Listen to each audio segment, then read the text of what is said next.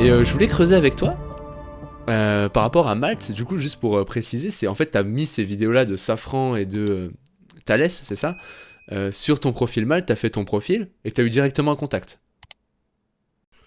Ouais, en fait, déjà juste avant, je voudrais te préciser sur ce que tu viens de dire. J'ai un Ah truc oui. un peu intéressant, c'est que j'ai eu un seul, dans tout, depuis je sais pas combien d'années, j'ai eu un seul client qui est venu pour me demander si ma caméra, si je filmais en 4K ou pas. Donc un seul client dans le corporate qui m'a demandé ça. Depuis, Et attends, cette depuis combien personne, d'années? depuis, je sais pas, plusieurs années, plus de 3 ans. Et cette personne-là, ce qui est intéressant, c'est quoi? C'est que cette personne-là, aujourd'hui, cette seule personne qui m'a demandé ça, aujourd'hui, est réalisateur. Ah, Donc, du coup, c'est pour te montrer un peu l'état d'esprit de cette personne, que c'était vraiment une seule personne sur 10 000 personnes qui peut demander ça. Donc, c'est très intéressant. Et pour rebondir à ce que tu disais sur Malte, euh, l'état d'esprit, et je partage totalement ça. D'ailleurs, je salue Antoine, donc ton associé sur ce podcast-là, je le salue. Le fait de prendre des actions, c'est hyper important, et c'est pareil sur Malte. Malte, souvent, l'erreur que font les vidéastes sur Malte, c'est de se dire, je vais mettre mon portfolio, et puis je vais attendre. Et je vais voir si on va me contacter ou pas. Mais en fait, faut toujours prendre un entrepreneur, il prend des actions, peu importe le système dans lequel il évolue. Il n'y a pas un meilleur système qu'un autre. Je veux dire, je regardais le podcast d'une Américaine qui a fait plus de 300 000 euros de chiffre d'affaires sur Fiverr. Donc, le truc, mais on dit, mais ouais. comment elle a fait? Et en fait, à chaque fois, c'est ça. Quand j'ai vu son parcours, elle a pris des actions de manière concrète. Elle a mis en place des stratégies pour pouvoir faire ça. Donc, que ce soit Malte. Moi ma philosophie, c'est que ce soit Malte, LinkedIn, Instagram, Facebook, peu importe ce que tu vas utiliser. Même si tu n'utilises pas de réseaux sociaux, tant que tu as une stratégie et que tu mets en place des actions, tu peux réussir. Et tu peux récolter des clients. Donc, moi, sur Malte, concrètement, qu'est-ce que j'ai fait? J'ai créé mon profil sur Malte, mon tarif, etc. etc. Je suis pas très fan du fait de lister son tarif de manière. Voilà, mais bon, j'ai fait ça, etc. Boum. À l'époque, je me rappelle, j'avais mis 390 euros au jour, je crois. C'était ça mon tarif. D'ailleurs, petite parenthèse, aujourd'hui, ceux qui trouvent mon profil sur Malte aussi entre 300 euros au jour et 390 euros au jour, parce que je suis en train de faire un test actuellement.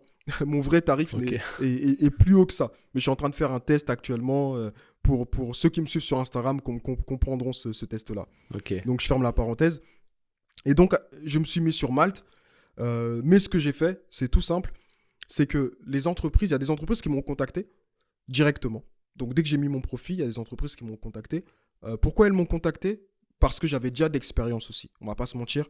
J'avais plusieurs années de vidéos derrière moi. J'avais des clients, j'avais un truc intéressant. Le prix n'était pas trop élevé, il n'était pas non plus trop bas. Donc du coup, c'était intéressant pour les entreprises de me contacter. Dès qu'une entreprise m'a contacté, premier truc, je réponds dans la minute, dans la seconde même. Ça veut dire que lorsqu'une entreprise me contacte, lorsque je vois le message, dans la seconde, je réponds. Parce que Malte, c'est la guerre. Tu peux pas te permettre de répondre 5 heures après, 6 heures plus tard. Dès que je réponds, l'autre chose que j'ai fait, c'est j'ai toujours demandé, d'ailleurs même, je me rappelle de cette entreprise qui m'a contacté, et le responsable communication avait mis son numéro dans le message. J'ai pas répondu au message, je l'ai appelé directement.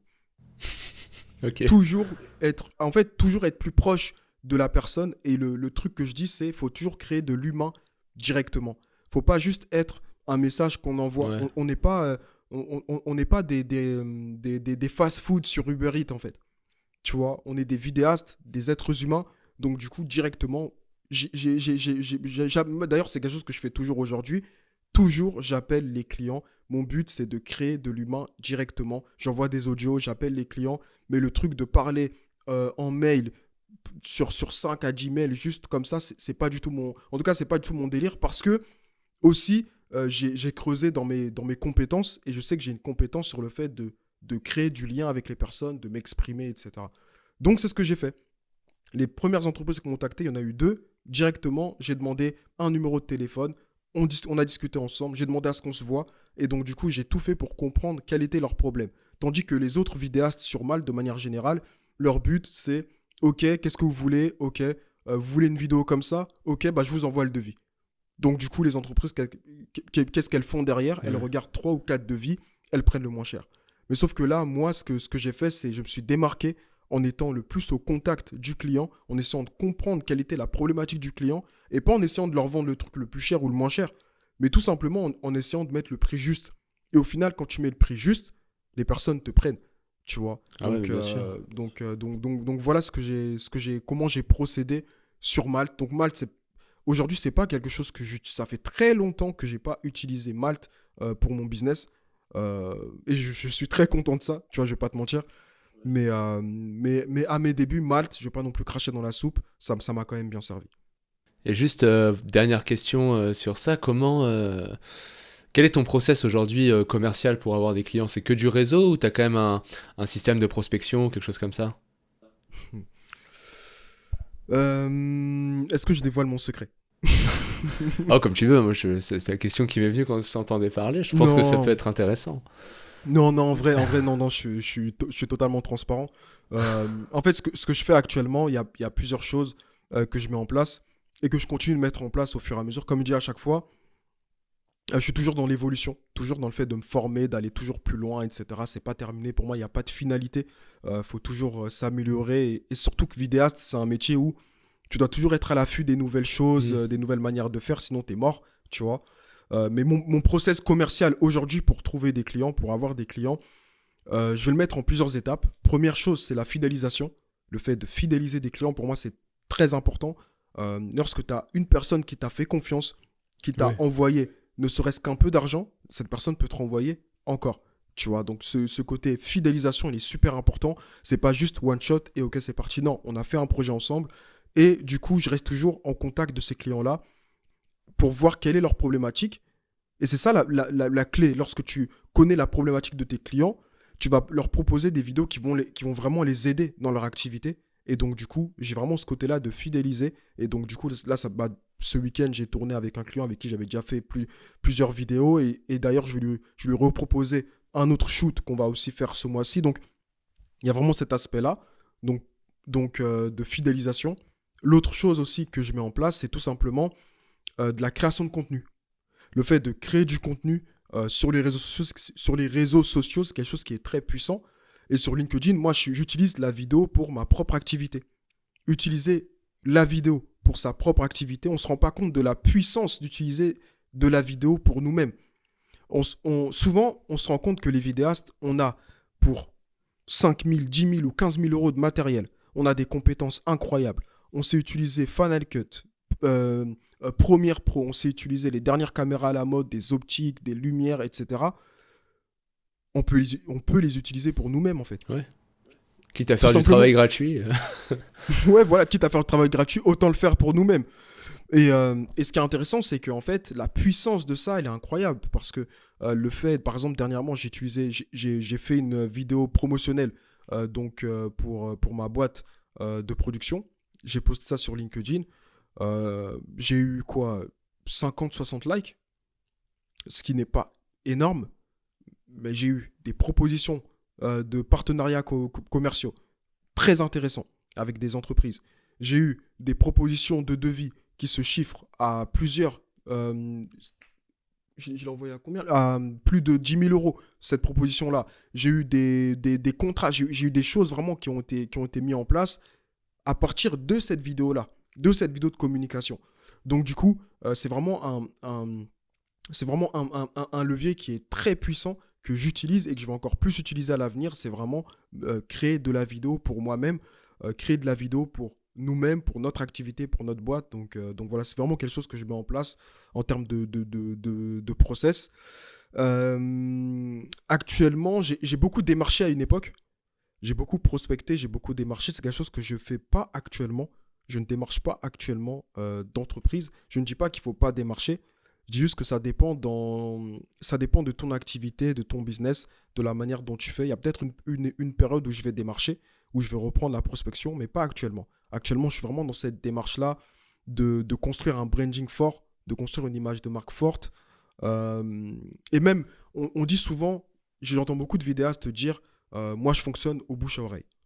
c'est du bouche à oreille, tranquillement. Non, c'est tout, c'est du bouche à oreille. Mais même ça, c'est une stratégie. Le bouche à oreille, c'est une stratégie qu'il faut mettre en place de manière intéressante. Il faut relancer les personnes de ton entourage, il faut relancer les personnes avec qui tu as déjà bossé, il faut rester à l'affût, il faut montrer ton travail, il y a plein de choses intéressantes à faire. Donc actuellement, mon process commercial, c'est comme ça, la fidélisation, la création de contenu et aussi montrer mon expertise. Donc, on ne va pas se mentir, je pense que tu as un podcast aussi, mais le fait d'avoir un podcast, le fait d'avoir un peu ce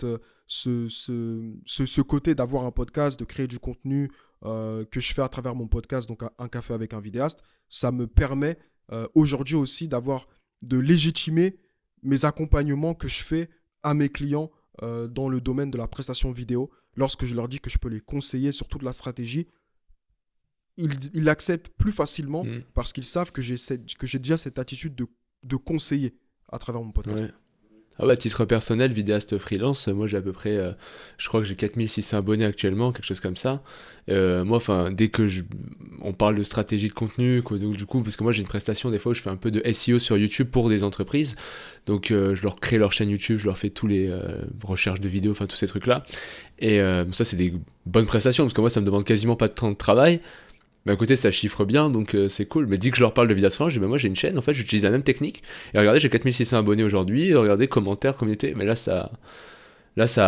direct, ça fait la vente, quoi. Tout seul, hein, j'ai même pas besoin d'aller plus loin.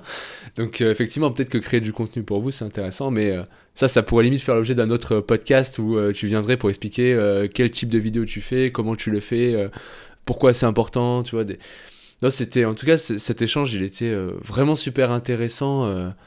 Tu as vraiment un parcours qui est super, tu as une mentalité entrepreneur que moi j'essaye mais même toi dans ton podcast, que tu essaies de mettre en avant et que j'essaie aussi de mettre en avant. Et je pense que pour réussir dans la vidéo, tu as vraiment la meilleure des mentalités. Et ça s'est bien ressenti dans ce podcast. Donc, c'est cool, merci beaucoup. Pas de problème, de rien, je suis honnête. Quand il y a un truc bien, je le dis. Salut, c'est Antoine. Si vous avez aimé cet extrait du podcast Les Vidéopreneurs, laissez un pouce bleu et un commentaire pour le référencement. Et bien sûr, si vous avez des questions business, n'hésitez surtout pas, ça me fera plaisir d'y répondre. Et deux choses avant de vous quitter, vous pouvez retrouver tous les épisodes en entier sur Apple Podcast ou votre plateforme de podcast préférée. Je vous mets les liens en description. Et si vous souhaitez mettre un coup d'accélérateur à votre activité de vidéaste entrepreneur, vous pouvez rejoindre ma formation gratuite pour trouver facilement des clients par mail. C'est le premier lien qui se trouve en description.